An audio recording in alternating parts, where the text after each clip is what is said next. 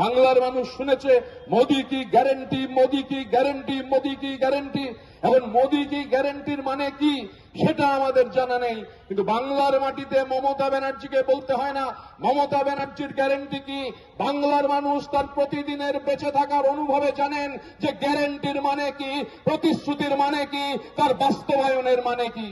এই যে এখানে আজকে ট্রেড ইউনিয়ন কংগ্রেসের ডাকে মিছিল, আমি এই মাইকের আওয়াজ যে পর্যন্ত যাচ্ছে, আমি সিপিআইএম করেছি দীর্ঘ। ইউনিয়ন কংগ্রেসের আহ্বানে উত্তর হাওড়ায় পিলখানা থেকে এই শালকিয়া বাধাঘাট পর্যন্ত যে বিশাল মিছিল যখন শুরু হয়েছে, আমার দুটো কর্মসূচি ছিল।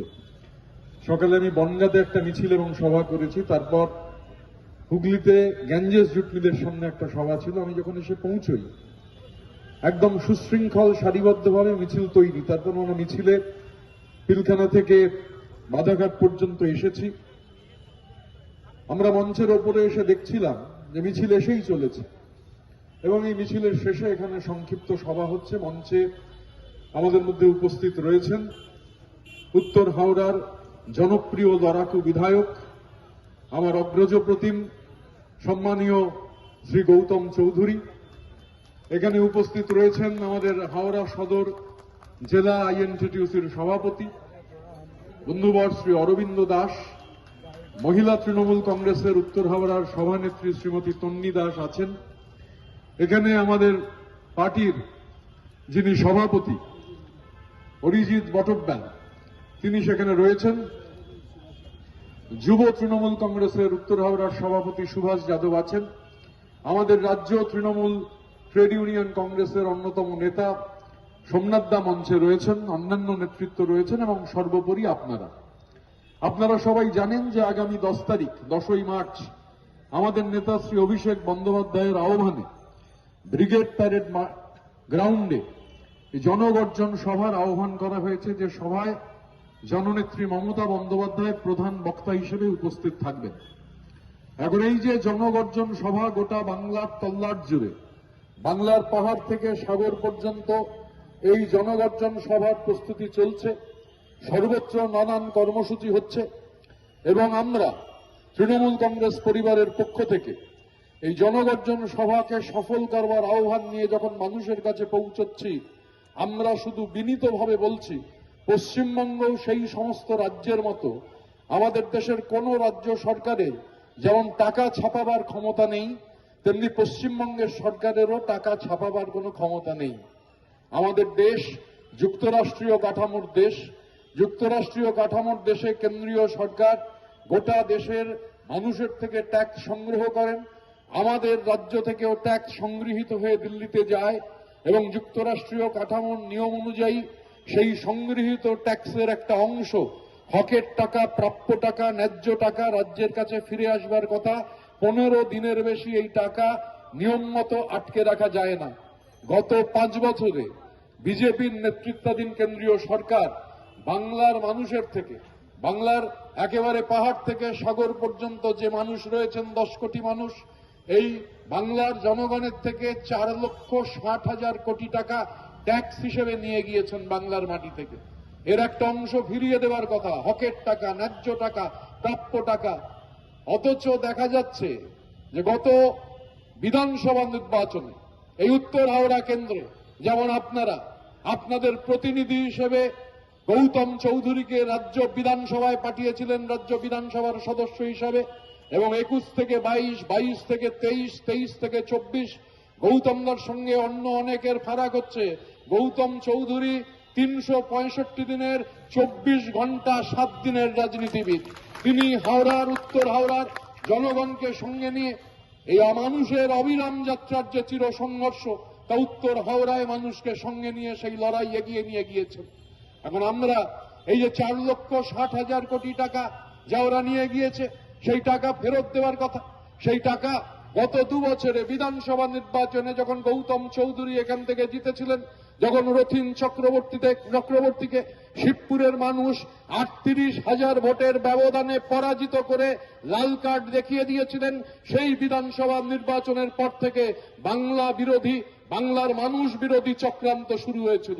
2022 সালে ডিসেম্বর মাসে লোকসভার শীতকালীন অধিবেশনের সময় আমাদের নেতা অভিষেক বন্দ্যোপাধ্যায় প্রশ্ন করেছিলেন যে 100 দিনের কাজের টাকা কোথায় কোথায় বাকি রয়েছে, কোন কোন রাজ্যের বাকি রয়েছে। পার্লামেন্টে লিখিত প্রশ্ন হলে লিখিত জবাব দিতেই হবে, উপায় নেই। কেন্দ্রের বিজেপি সরকারের জবাব থেকে আমরা দেখতে পেয়েছিলাম যে শুধুমাত্র আমাদের টাকা আটকে রাখা হয়েছে। গোটা বাংলার গত 2 বছর ধরে 1,60,000 কোটি টাকা যা পাওয়ার কথা, এটা কোনো দয়ার টাকা নয়, দাক্ষিণ্যের টাকা নয়, ভিক্ষার টাকা নয়, তৃণমূলের টাকা নয়, বিজেপির টাকা নয়, সিপিআইএম এর টাকা নয়, কংগ্রেসের টাকা নয়, বাংলার প্রতিটা জনগণের হকের টাকা 1,60,000 কোটি টাকা আটকে রেখেছে। রতিন চক্রবর্তীদের নেতা শুভেন্দু অধিকারী, রতিন চক্রবর্তীদের নেতা সুকান্ত মজুমদার, তারা বলছেন আমরা বলেছি টাকা আটকে রাখতে, যেমন এমন ভাব যে টাকাটা ওদের বাবার টাকা, ইচ্ছে হলে ছাড়বে, ইচ্ছে না হলে ছাড়বে না। এই যে জমিদারি মনোবৃত্তি, যে জমিদারি মনোবৃত্তি নিয়ে টাকা আটকে রেখেছে, বলছে এবার বুক বাজিয়ে যে যদি একটা ফোন করি টাকা হচ্ছে চলে আসবে। প্রমাণ হয়ে যাচ্ছে এই টাকা কিভাবে এরা আটকে রেখেছে। আর কাকস্য পরিবেদনা, যে রাজনৈতিক দল তার জন্ম লগ্ন থেকে কেন্দ্র রাজ্য সম্পর্কের পুনর্বিন্যাসের কথা বলেছে, রাজ্যের হাতে অধিক ক্ষমতা দেওয়ার কথা বলেছে, সিপিআইএম এর সবেধন নীলমণি লোকসভায় কেউ নেই, কিন্তু বিকাশ রঞ্জন ভট্টাচার্য রাজ্যসভায় বাংলার বকেয়া নিয়ে একটা কথা বলেননি, একবারের জন্য বলেননি যে টাকা ফেরত দাও, এটা বাংলার মানুষের টাকা। অধীর চৌধুরীকে কেউ লোকসভায় বলতে শোনেনি যে বাংলার টাকা ফিরিয়ে দাও। উল্টে বিজেপির লেজুর হয়ে এই টাকা আটকাবার যে ষড়যন্ত্র, এই ষড়যন্ত্রে এরা সামিল হয়েছে। 10 তারিখের জনগর্জন সভা, ব্রিগেডের সভা থেকে আওয়াজ উঠবে। এবং আপনারা জানেন এই যে ন্যায্য টাকা, যে টাকা পাওয়া যায়নি, রাজ্যের 59 লক্ষ জব কার্ড হোল্ডার যারা এই কাজ করেছেন, যারা এই টাকা পাননি, রাজ্যের যে সীমিত ক্ষমতা, এই অর্থনৈতিক অবরোধ, এই অর্থনৈতিক বঞ্চনা সত্ত্বেও এই টাকা দেওয়ার কাজ চলছে। এখানে এত মা বোন এই মিছিলে পা মিলিয়েছেন। 2021 সালে যখন বিধানসভা নির্বাচনের আগে লক্ষ্মীর ভান্ডারের কথা এসেছিল, কত ব্যঙ্গ বিদ্রুপ করা হয়েছিল। 2021 বিধানসভার পরবর্তীতে যখন লক্ষ্মীর ভান্ডার প্রকল্পে গোটা বাংলার তল্লাট জুড়ে মা বোনেদের হাতে 500 টাকা, 1000 টাকা দেওয়া শুরু হলো, সেই সময় আমরা কেউ অর্থনীতির পণ্ডিত নই। আমরা এখানে যারা আছি, আপনারা যারা শুনছেন, আমি যে বলছি, আমরা কেউ বিরাট ভাবে অর্থনীতি বুঝি না, কিন্তু অর্থনীতিতে যারা নোবেল পুরস্কার পেয়েছেন তারা সহজ ভাষায় বলেছেন একটা রাজ্য তখনই এগোতে পারে যখন সেই রাজ্যের মানুষের ক্রয় ক্ষমতা বাড়ে। সেই অর্থনীতিবিদরা বলছেন কি করে ক্রয় ক্ষমতা বাড়বে? মানুষের হাতে যদি টাকা পৌঁছয় তাহলে সেই মানুষ টাকা খরচা করবেন। অর্থনৈতিক পরিভাষায় মানুষের ক্রয় ক্ষমতা বাড়বে, মানুষ শক্তিশালী হবেন। এই যে 500 টাকা, 1000 টাকা, 1,60,000 কোটি টাকা আটকে রেখেছে। আর শুধুমাত্র লক্ষ্মীর ভান্ডার প্রকল্পে, আমি অন্য কিছুতে যাব না, শুধুমাত্র লক্ষ্মীর ভান্ডার 2021 থেকে 2022, 2022 থেকে 2023, 2023 থেকে 2024 হিসেবটা পাল্টে যাবে। কারণ জননেত্রী মমতা বন্দ্যোপাধ্যায় এই লক্ষ্মীর ভান্ডার বাড়িয়ে দিয়েছেন। যারা 500 পেতেন সেই মায়েরা বোনেরা 1000 পাবেন, যারা 1000 পেতেন তারা 1200 পাবেন। যখন 500 আর 1000, এই যে 3 বছর, প্রথম বছর, দ্বিতীয় বছর, তৃতীয় বছর, 21 থেকে 22, 22 থেকে 23, 23 থেকে 24, প্রতি বছরে 18,500 কোটি করে টাকা বাংলার সরকার খরচা করেছে। প্রথম বছরে 18,500 কোটি, পরের বছরে 18,500 কোটি, তারপরের বছরে 18,500 কোটি, 55,500 কোটি টাকা খরচা করেছে। আর এবার এই খরচ দ্বিগুণেরও বেশি বাড়বে। কেননা এই খরচ দ্বিগুণ হবে কারণ 500 টাকা 1000 হয়েছে, 1000 টাকা 1200 হয়েছে। এই 1,60,000 কোটি টাকা যদি পাওয়া যেত, কে গ্যারেন্টি দিচ্ছেন না যে লক্ষ্মীর ভান্ডার প্রকল্পে জননেত্রী এই টাকা আরো বাড়িয়ে দিতেন?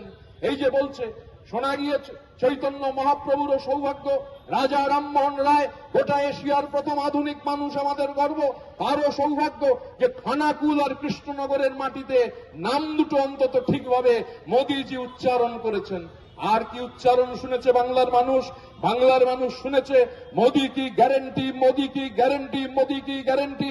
এখন মোদি কি গ্যারেন্টির মানে কি সেটা আমাদের জানা নেই, কিন্তু বাংলার মাটিতে মমতা ব্যানার্জিকে বলতে হয় না মমতা ব্যানার্জির গ্যারেন্টি কি। বাংলার মানুষ তার প্রতিদিনের বেঁচে থাকার অনুভবে জানেন যে গ্যারেন্টির মানে কি, প্রতিশ্রুতির মানে কি, তার বাস্তবায়নের মানে কি। এই যে এখানে আজকে ট্রেড ইউনিয়ন কংগ্রেসের ডাকে মিছিল, আমি এই মাইকের আওয়াজ যে পর্যন্ত যাচ্ছে, আমি সিপিআইএম করেছি দীর্ঘ সময়, আমার 16 বছর বয়স থেকে দীর্ঘ সময় আমি সিপিআইএম এর সঙ্গে যুক্ত ছিলাম।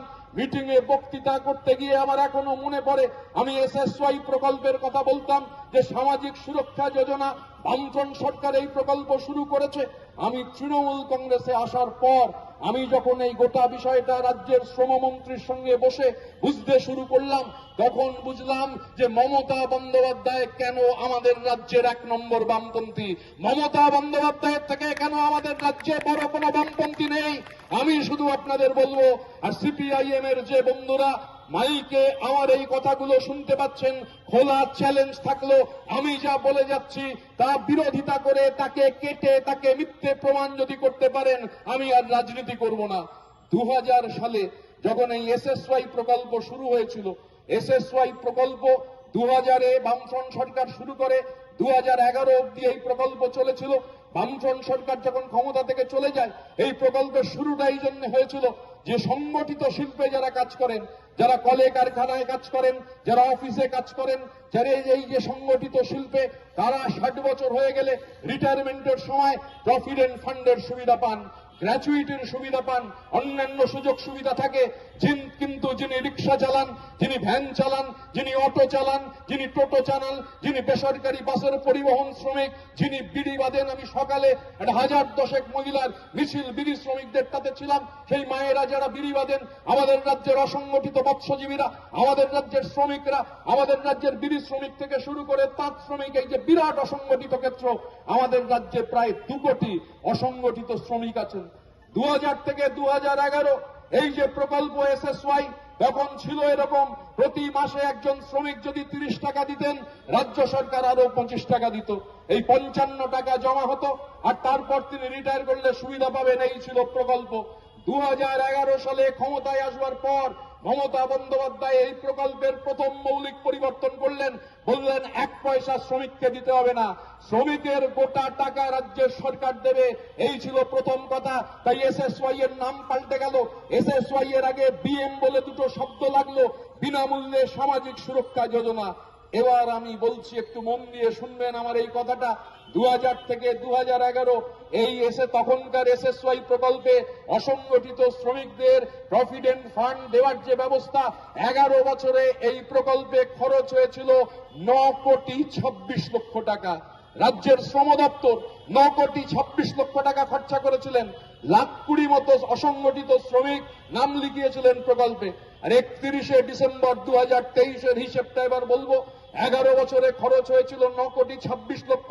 গৌতম চৌধুরীরা বিধানসভার সদস্য, বিধানসভায় এই খতিয়ান রাজ্যের শ্রমমন্ত্রী দিয়ে দিয়েছেন, ইতিমধ্যে বিধানসভায় পুরো পড়ে শুনিয়ে দিয়েছেন। 2011-র মে মাস থেকে 2023-এর 31শে ডিসেম্বর পর্যন্ত এই বিএমএসএসওয়াই প্রকল্পে আমাদের রাজ্যের 1 কোটি 64 লক্ষ অসংগঠিত শ্রমিক নাম লিখিয়েছেন।